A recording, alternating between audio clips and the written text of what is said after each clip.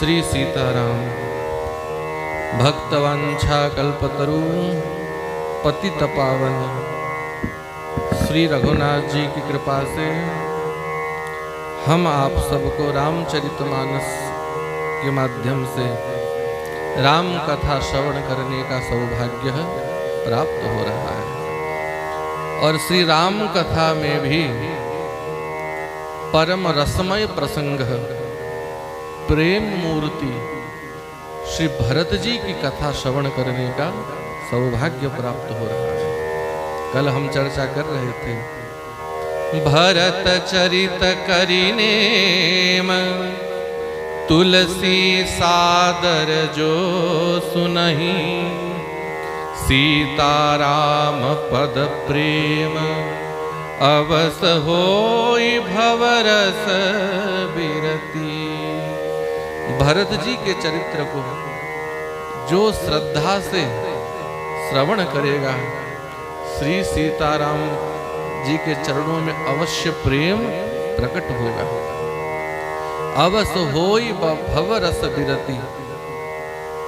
संसार का रस अपने आप फीका पड़ जाएगा, प्रेम का प्राकट्य होगा, वैराग्य प्रकट हो जाएगा। ऐसे प्रेम मूर्ति श्री भरत जी का चरित्र हम श्रवण कर रहे थे। कल प्रसंग में श्री भरत जी महाराज ननिहाल से वापस आए हैं अयोध्या। सब बात पता चला भरत जी को, बहुत दुखी हुए। और जैसे ही श्री राम जी का वन गमन पता चला, भरत ही बिसरे पितु मरण, पिताजी का मरण भूल गए और माता कैकेयी को बहुत भरा बुला सुनाया। माँ कैकेयी ये सब सुनने की योग्य नहीं है। केवल मेरा राम प्रसन्न हो, मेरे राम का मान बढ़े, मेरे राम का कार्य सफल हो, इसीलिए माँ कैकेयी ने यह सब निंदा सहन करी। माँ जानती थी भरत मुझे माँ बोलने वाला नहीं है। कौशल्या ने तो श्री राम को जन्म दिया, माता कौशल्या जन्मदात्री है, पर कैकेयी ने श्री राम जी को दशरथ नंदन राम से लोकाभिराम राम बनाया। सबके हृदय में वास मिला। दीन बंधु पतित पावन आर्त त्राण दुख भंजन, यह सब नाम भगवान के सफल हुए, सार्थक हुए माता कैकेयी के कारण। यदि प्रभु वनवास न जाते तो रामचरित्र कौन जानता, श्री राम को कौन जानता। तो राम को राम बनाने वाली ये माता कैकेयी है। माता कैकेयी को बहुत भरा बुरा सुनाया है, मंथरा को पीटा है। शत्रुघ्न जी चोटी पकड़ के घसीटने लगे मंथरा के।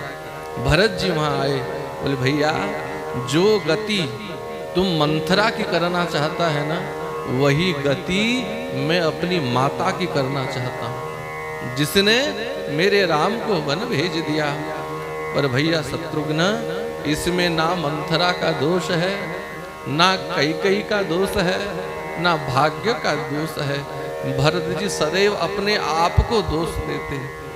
मोर जन्म रघुवर बन लागी, इसमें दोष मेरा ही है। अगर ये पापी भरत जन्म ही ना होता तो यह सब उत्पात उपद्रव नहीं होता। मेरे कारण भैया राम बन गए, मेरे ही कारण पिताजी का स्वर्गवास हुआ। छोड़ दे तू मंथरा को। यदि श्री राम को पता चलेगा, भैया को पता चलेगा कि तेरे हाथ से मंथरा मारी गई, तो भगवान हमारा त्याग कर देंगे, प्रभु हमें क्षमा नहीं करेंगे, इसलिए छोड़ दे। भरत दयानिधि दीन छड़ाई। भरत जी ने मंथरा को छुड़ाया है।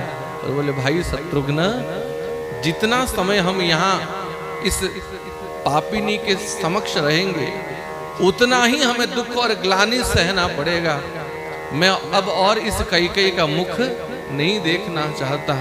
चलो भाई माता कौशल्या के शीतल गोद में चलें, माँ कौशल्या की गोद में जाकर के ही हमें सुख मिलेगा। कौशल्या पहीं गए दो भाई। भैया शत्रुघ्न के साथ कैकेयी जी के भवन से भरत भैया माँ कौशल्या के भवन में गए हैं। अब दर्शन कीजिए। जब से महाराज का स्वर्गवास हुआ है, भगवान श्री राम बन गए हैं, माँ कौशल्या के नेत्रों से अश्रु सूखे नहीं हैं।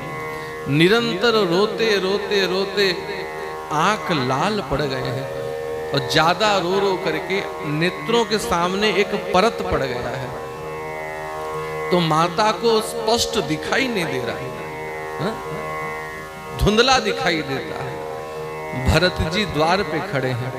भरत जी का रूप भी सांवला है। भरत राम ही की अनुआई, सहस लखी सके ना कोई। सहसा यदि भरत जी को कोई देख ले तो राम जी में और भरत जी में पहचान नहीं कर पाएंगे। और शत्रुघ्न जी गोरे हैं और लक्ष्मण जी के अनुज हैं, छोटे भाई हैं, तो दिखने में लक्ष्मण जी जैसे ही हैं और भरत जी राम जी जैसे हैं।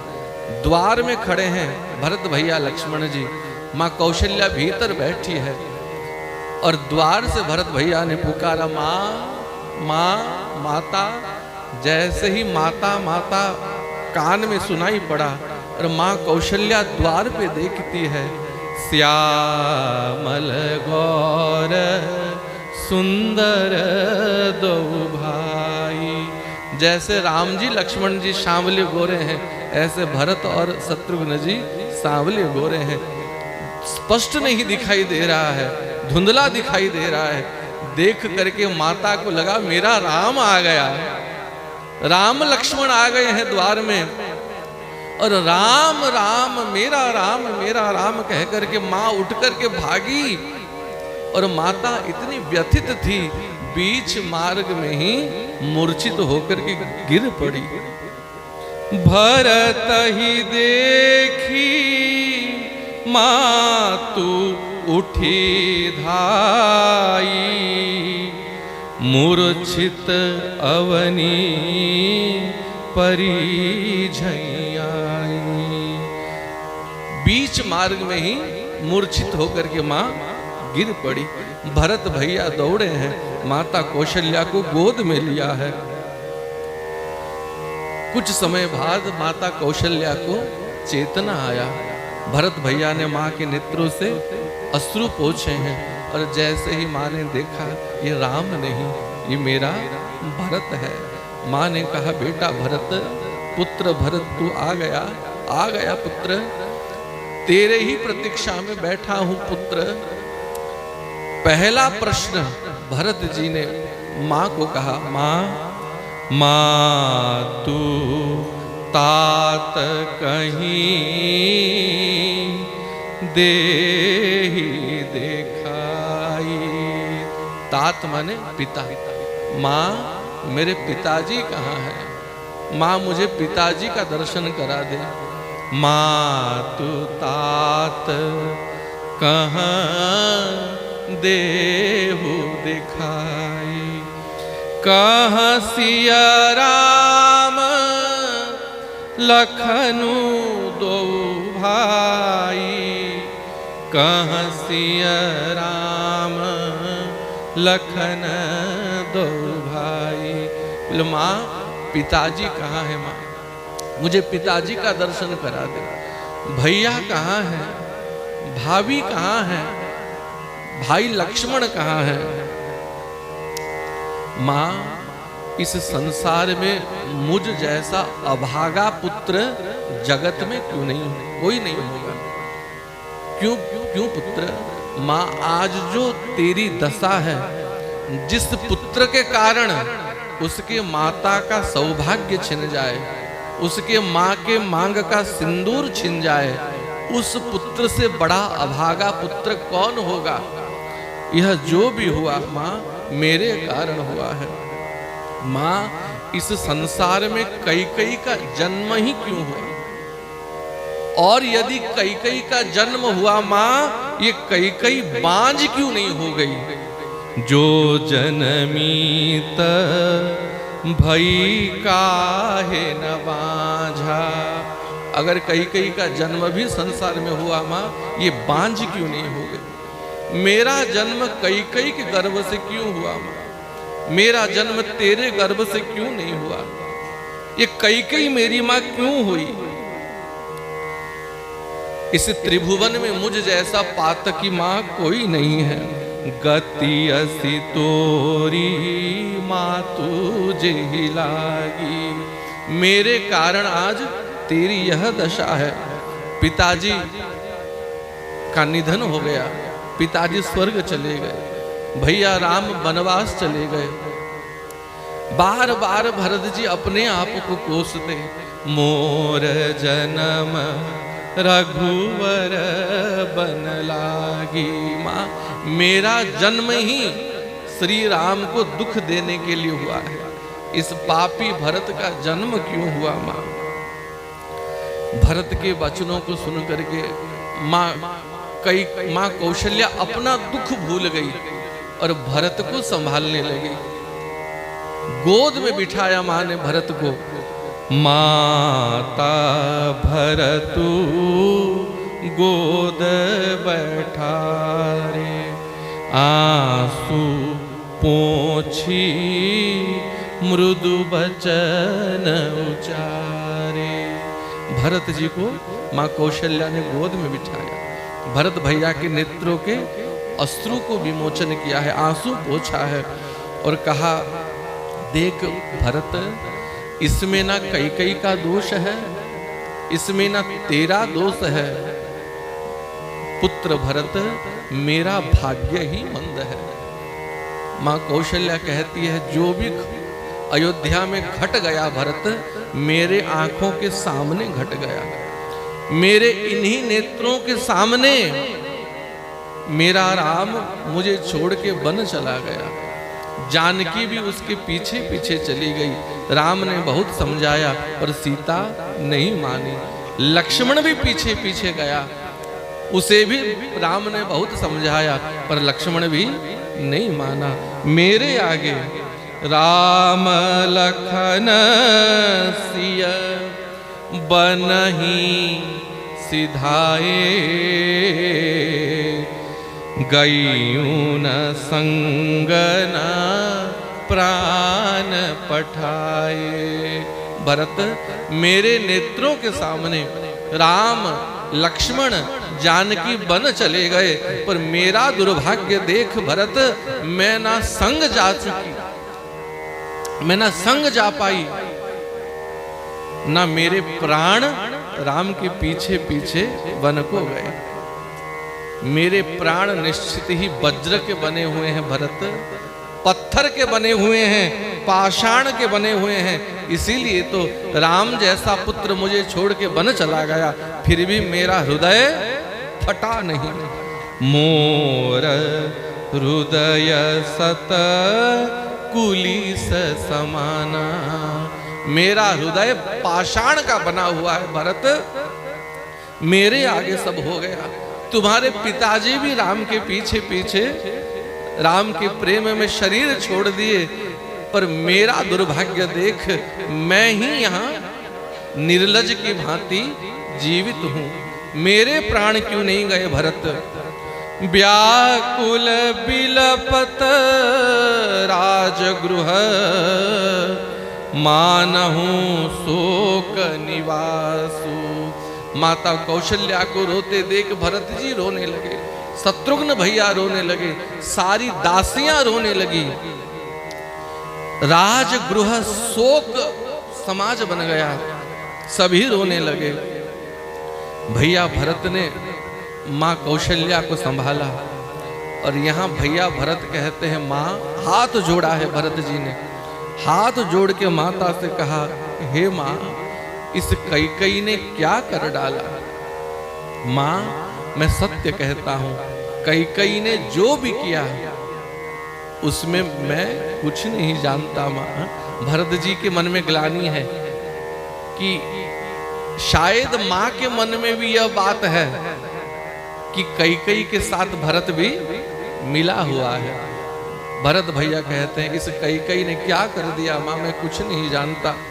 यदि थोड़ा भी मुझे पता है कि कैकेयी ने क्या किया तो मां, जो पाप गौ हत्या करने से मिलता है वह पाप मुझे लग जाए मां। जो पाप ब्राह्मणों के गांव जलाने से होता है वह पाप मुझे लग जाए मां।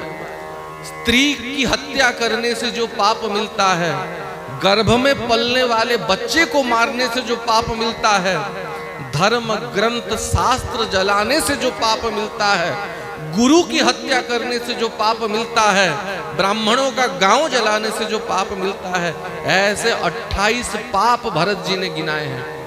वो सभी पाप मुझे लग जाए मां, यदि मैं थोड़ा भी कुछ जानता कि इस कैकेयी ने क्या कर दिया।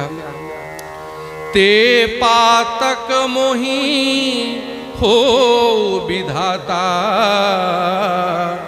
जो यह होई मोर मत माता। हे माता, यदि इसमें मेरा मत है, कैकेयी के साथ मेरा मन मिला हुआ है, तो ये सब पाप मुझे लग जाएं। कह करके भरत जी व्याकुल होने लगे। मां कौशल्या ने भरत भैया को संभाला है। बोले भरत, क्या मैं अपने भरत को नहीं जानती? क्या मैं अपने पुत्र को नहीं जानती? जिस सूर्य के उदय होने पर अंधकार दूर हो जाता है, उस सूर्य को अंधकार ग्रास कर ले, ये संभव है। जिस चंद्रमा से अमृत निकलता है, उस चंद्रमा से अग्नि निकलने लगे, ये संभव है। ज्ञान होने के बाद भी मोह ना जाए, यह संभव है। पर पुत्र भरत, तुम राम ही प्रतिकूल न हो।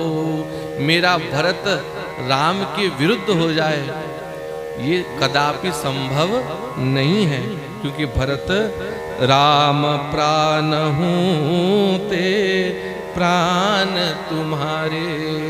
श्री राम तुम्हारे प्राण के भी प्राण है, मैं जानती हूं पुत्र। और तुम रघुपति ही प्राण हूं ते प्यारे। तुम राम को प्राण से प्रिय हो। तुम दोनों भाई दो शरीर हो, एक प्राण हो भरत, मैं जानती हूं। इसलिए तुम अपने आप को दोष मत दो।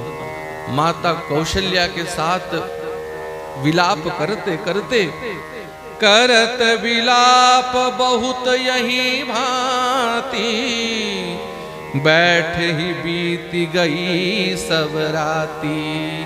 पूरा रात बीत गया।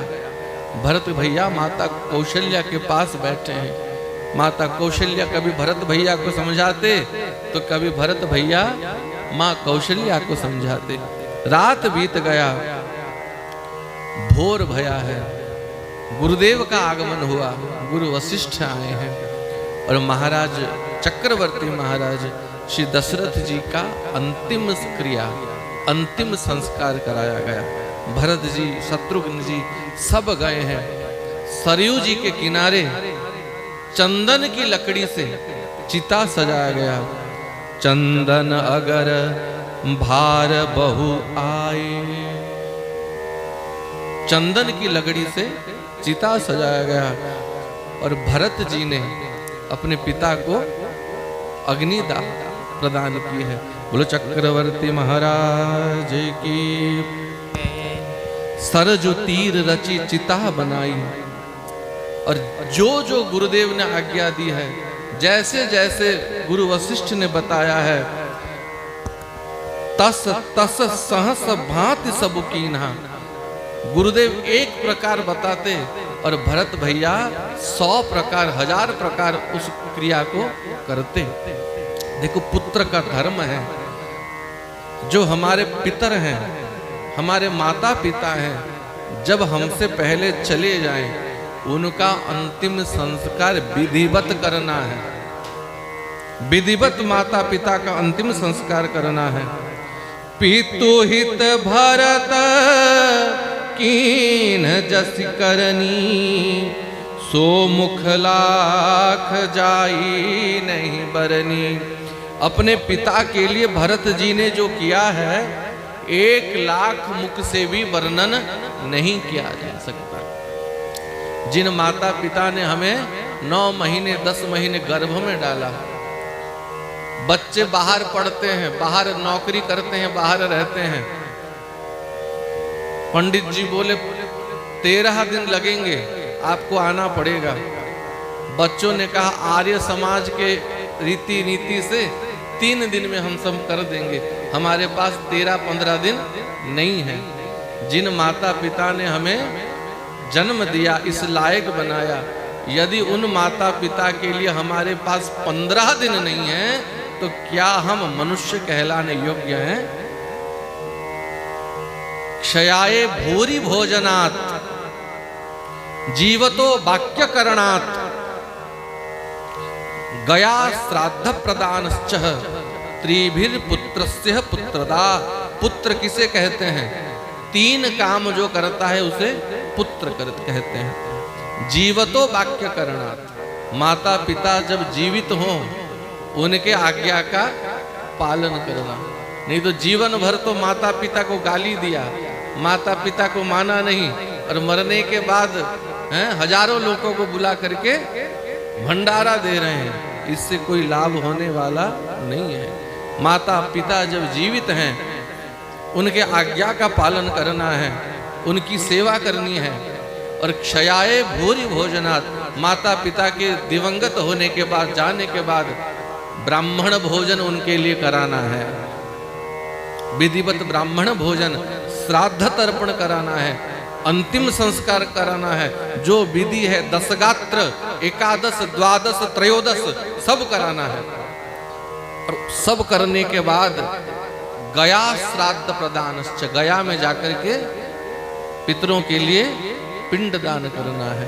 ये 3 काम जो करते हैं उन्हें पुत्र कहा जाता है। इसीलिए तो लोग पुत्र मांगते हैं कि हमारा पुत्र हो तो मरने के बाद हमारा अंतिम संस्कार विधिवत करेगा, ब्राह्मण भोजन करेगा, गया में जाके श्राद्ध कराएगा। पर हम ये सब नहीं कर पाए तो पुत्र जन्म होने का कोई फायदा नहीं। तो पितु हित भरत कीन जसी करनी, सो मुख लाख जाई नहीं बरनी। अपने पिता के लिए भरत जी ने जो किया है 1,00,000 मुख से भी वह वर्णन नहीं किया जा सकता।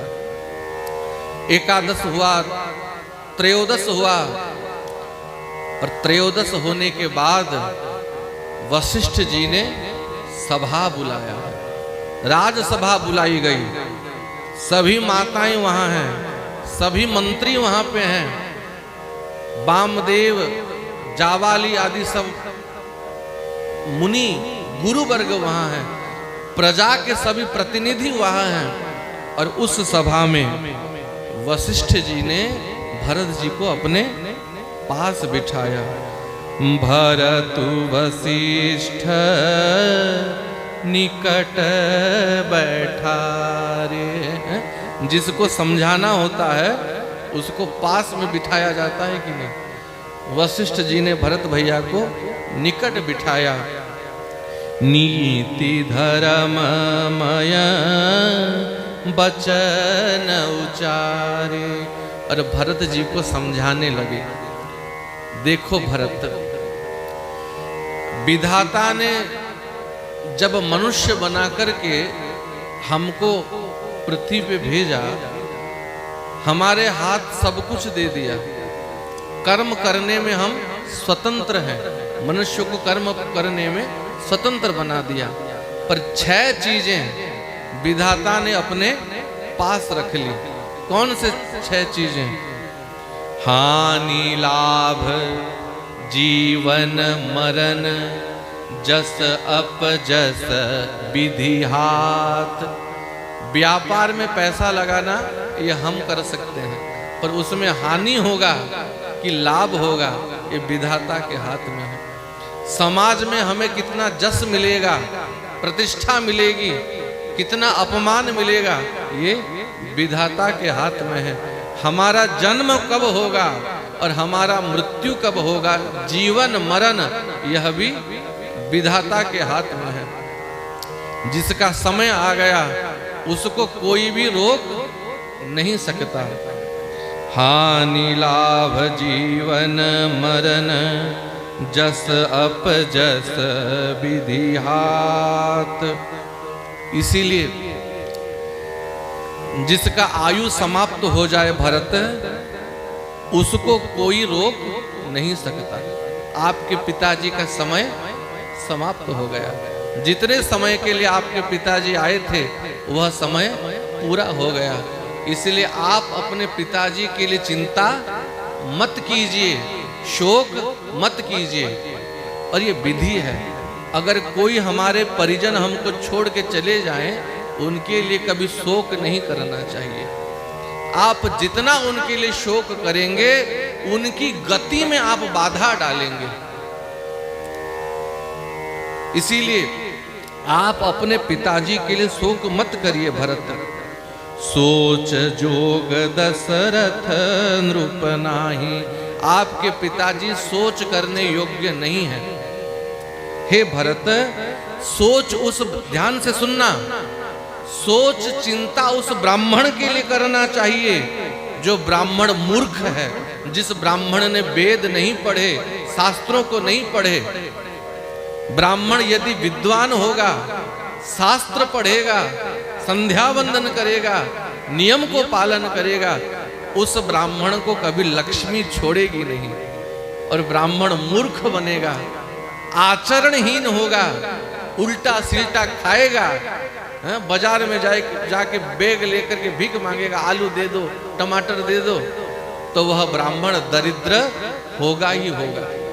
इसलिए भरत, उस ब्राह्मण के लिए चिंता करनी चाहिए जो ब्राह्मण मूर्ख है, जिसने वेद नहीं पढ़ा, जो निज धर्म विषय लय लीना, जिसने अपने धर्म को त्याग दिया।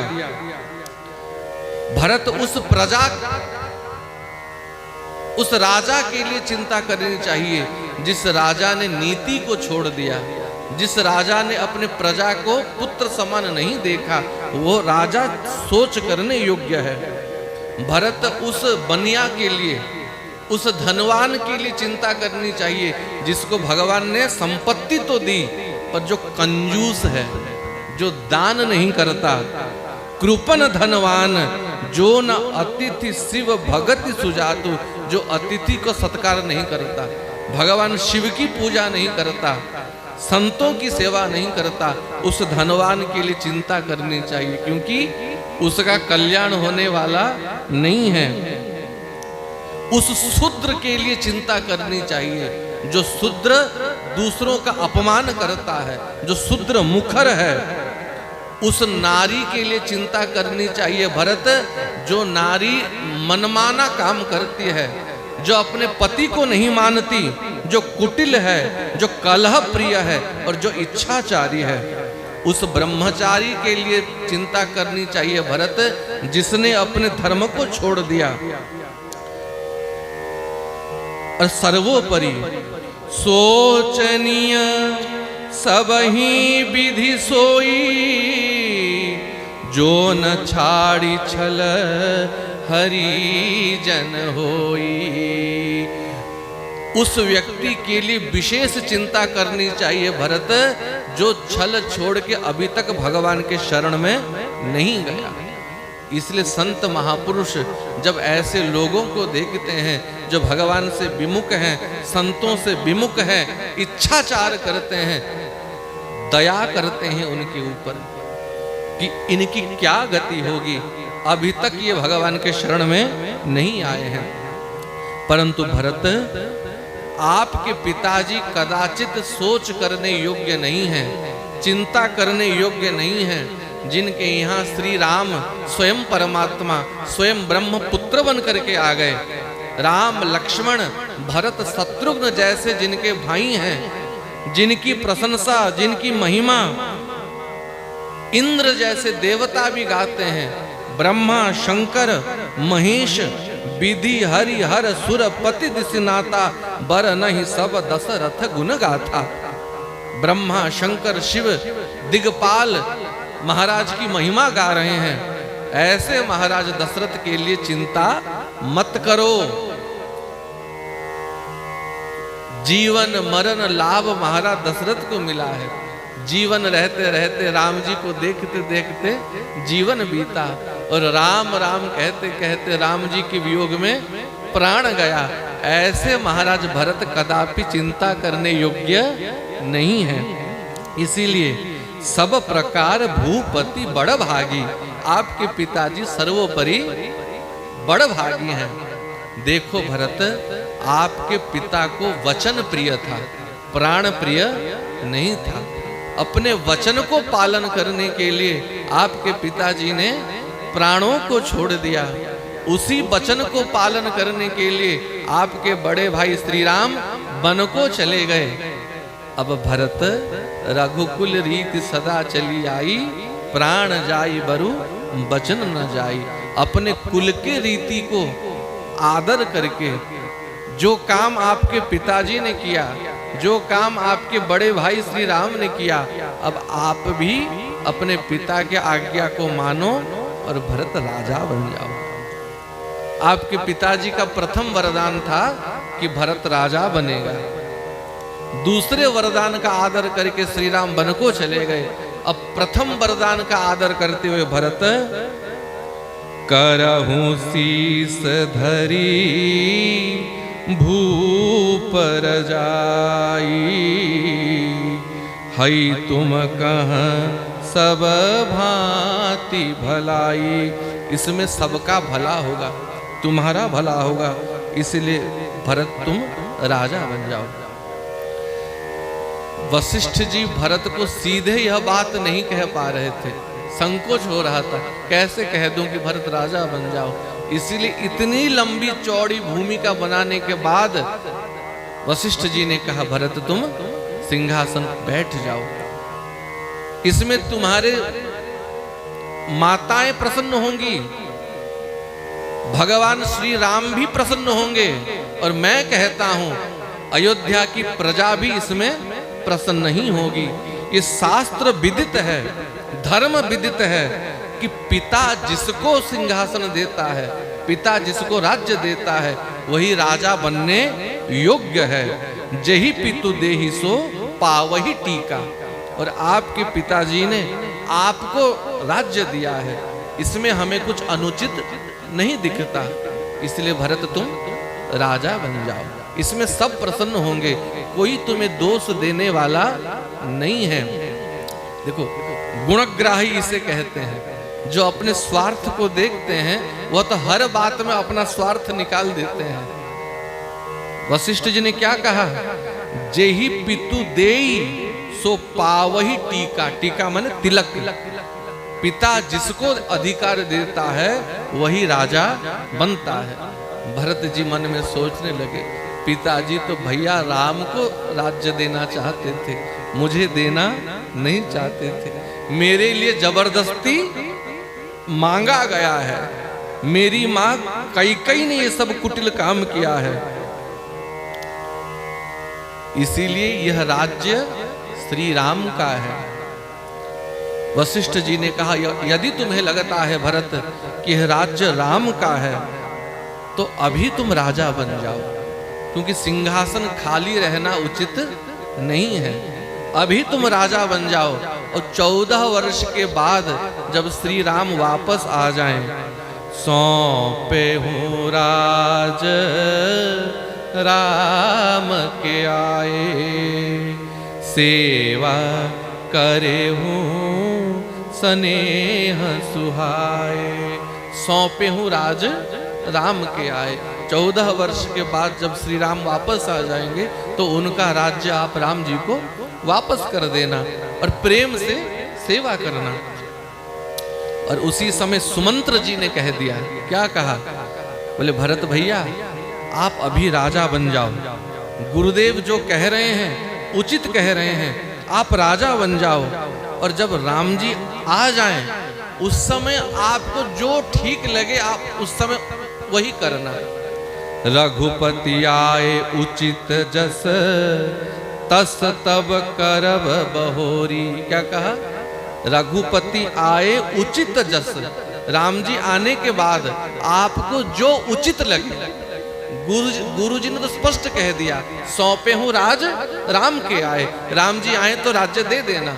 महामंत्री ने कहा, अगर उस समय आपको कुछ और भी लगे तो आप चिंता करना, सोच करके आप वही करना। भरत जी ने सोचा, राम जी की संपत्ति, राम जी का राज्य है, राम जी का धन है, और राम जी आने के बाद राम जी को वापस करते समय मुझे सोचना पड़ेगा कि राज्य दूं कि नहीं दूं। इसका अर्थ है देते समय हो सकता है कि मेरी बुद्धि बिगड़ जाए, क्योंकि लेते समय जो मन होता है देते समय वो मन नहीं रहता है। उधार लेते समय तो प्रेम से ले आते हैं, देते समय हजार हजार करके लेते रहना, कहाँ भागे जाते हैं हम। लेते समय जो मन होता है देते समय वो मन नहीं होता। इसलिए भरत, इस बुद्धि की कोई भरोसा नहीं है तो तू कैकेयी का ही तो पुत्र ना, जिसने राम जी को वन भेज दिया। अगर वो राज्य वापस करते समय तेरे मन में लोभ आ गया और सोचना पड़ा कि राम जी को राज्य दूं कि ना दूं, तो इससे बड़ा गर्हित कार्य जगत में नहीं होगा भरत। इसलिए भला है इस माया को अभी से ही प्रणाम कर दो, इस राज्य को स्वीकार मत करो। मां कौशल्या चुप बैठी थी। मां कौशल्या भी बोल पड़ी, कौशल्या धरि धीरजु कहई, पूत पथ्य गुरु आयसु अहई। बेटा भरत, चिंता मत करो, क्यों सोच रहे हो? मात पिता गुरुदेव की बानी, बिनहि विचार किए शुभ जानी। गुरुदेव जो कह रहे हैं उसमें कुछ विचार मत करो। मैं प्रसन्न होंगे अगर तुम राजा बनोगे, तुम्हारे भैया राम प्रसन्न होंगे यदि तुम राजा बनोगे, सबका कल्याण इसी में होगा। इसलिए भरत ज्यादा मत सोचो और बेटा सिंहासन पे बैठ जाओ। जब माँ कौशल्या ने भी कह दिया कि बेटा सिंहासन पे बैठ जाओ, भैया भरत और व्याकुल होकर के रोने लगे। बोले, माँ इसीलिए तो तेरे गर्भ से श्री राम का जन्म हुआ है। मेरे माँ ने तेरे पुत्र को वनवास दिया और तू उसी कैकेयी के पुत्र को राजा बनाना चाहती है।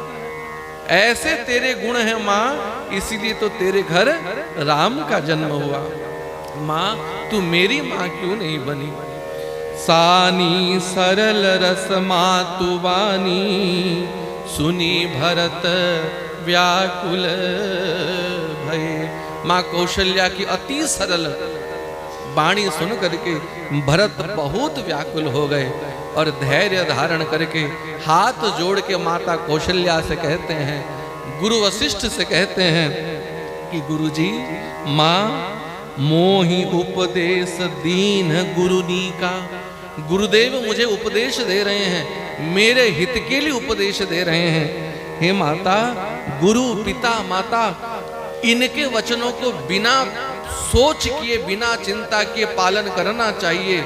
मैंने कभी गुरुदेव को उत्तर नहीं दिया माँ, पर आज उत्तर दे हूँ क्षमव अपराधो, आज मैं उत्तर दे रहा हूँ, मेरे अपराध को क्षमा कीजिए। कह करके भरत भैया गुरुदेव को कहने लगे और क्या कहा कल श्रवण करेंगे। बोलो रामचंद्र भगवान